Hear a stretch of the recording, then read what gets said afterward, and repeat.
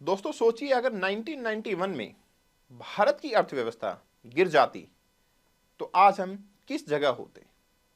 एक व्यक्ति जो इस देश की इकोनॉमिक नौका को डूबने से बचाकर नई समृद्धि के सफर पर ले गया, वो नाम है डॉक्टर मनमोहन सिंह। आज हम उन्हें याद करते हैं जो शब्दों से नहीं अपने काम से महान बने।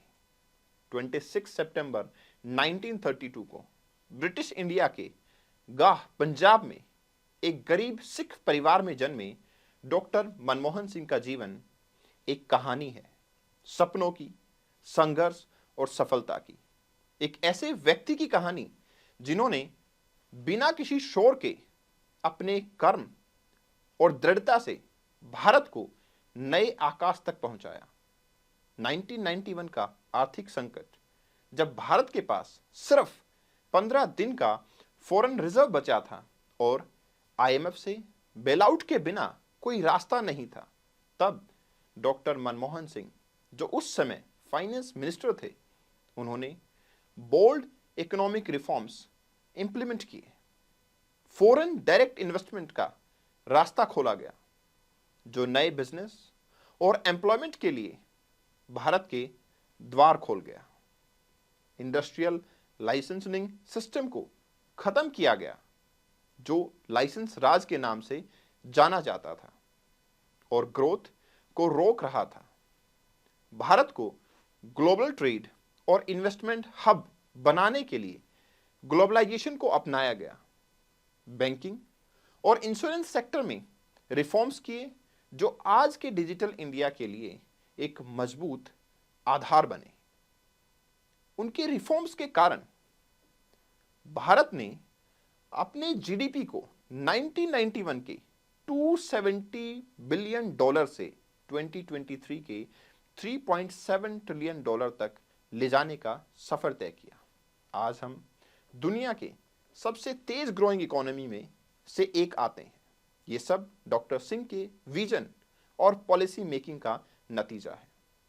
डॉक्टर मनमोहन सिंह ने 2004 से 14 के दौरान प्रधानमंत्री के रूप में एक अर्थशास्त्री की सोच और एक लीडर की दृष्टि से साकार किया। कुछ प्रमुख योगदान हैं उनके, जैसे कि भारत की जीडीपी ग्रोथ रेट उनके टेन्योर में 8% तक पहुंच गई, जो उस समय दुनिया में हाईएस्ट थी। मनरेगा जैसे वेलफेयर प्रोग्राम लाकर रूरल एम्प्लॉयमेंट में बढ़ोतरी की और देश के गरीबों के लिए एक सुरक्षा चक्र बनाया। राइट टू एजुकेशन एक्ट को पास कराकर हर बच्चे के लिए शिक्षा को एक मौलिक अधिकार बनाया। भारत और यूएस सिविल न्यूक्लियर डील के जरिए भारत को एक ग्लोबल न्यूक्लियर पावर के रूप में मजबूत किया, जो एनर्जी सिक्योरिटी का एक बड़ा कदम था। भारत के इंफॉर्मेशन टेक्नोलॉजी यानी आईटी सेक्टर को उन्होंने एक नई पहचान दी, जो आज दुनिया भर में इंडिया को आईटी सुपर पावर के रूप में जाना जाता है। एक नेता के रूप में डॉक्टर सिंह ने हमेशा अपने काम को अपनी पहचान बनाया है। उन्होंने जेंडर इक्वलिटी और सोशल जस्टिस के लिए बहुत सारा काम किया। वुमेन्स रिजर्वेशन बिल जैसे इनिशिएटिव और शेड्यूल कास्ट और शेड्यूल ट्राइब के अपलिफ्टमेंट के लिए इतनी सारी पॉलिसीज बनाई ताकि वो मेन स्ट्रीम इंडिया का पार्ट बन सकें। उन्होंने भारत के पुअर और मार्जिनाइज्ड कम्युनिटी के लिए एक वेलफेयर सेंट्रिक अप्रोच को अपनाया। डॉक्टर सिंह की जिंदगी सिंपलिसिटी और ह्यूमिलिटी का प्रतीक थी। एक छोटी सी किताबों से भरी लाइब्रेरी और एक सिंपल ब्लू टर्बन। उन्होंने अपने जीवन में कभी दौलत या शान शौकत को नहीं अपनाया। एक बार उन्होंने कहा था, I am not the loudest politician but I let my work speak.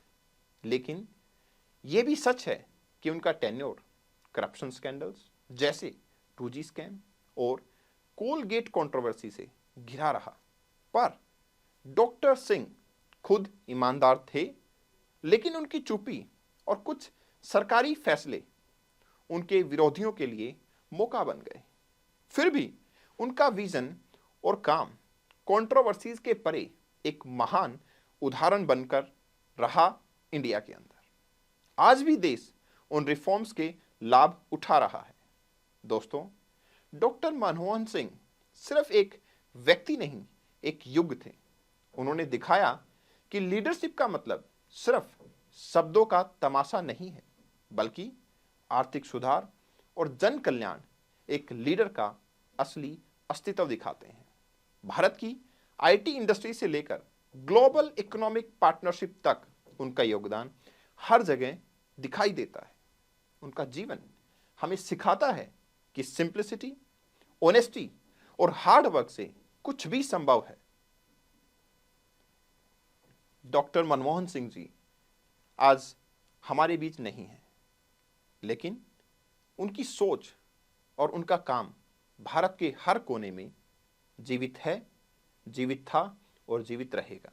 उनका जीवन हमें यह सीख देता है कि लीडरशिप शब्दों में नहीं, काम में होती है।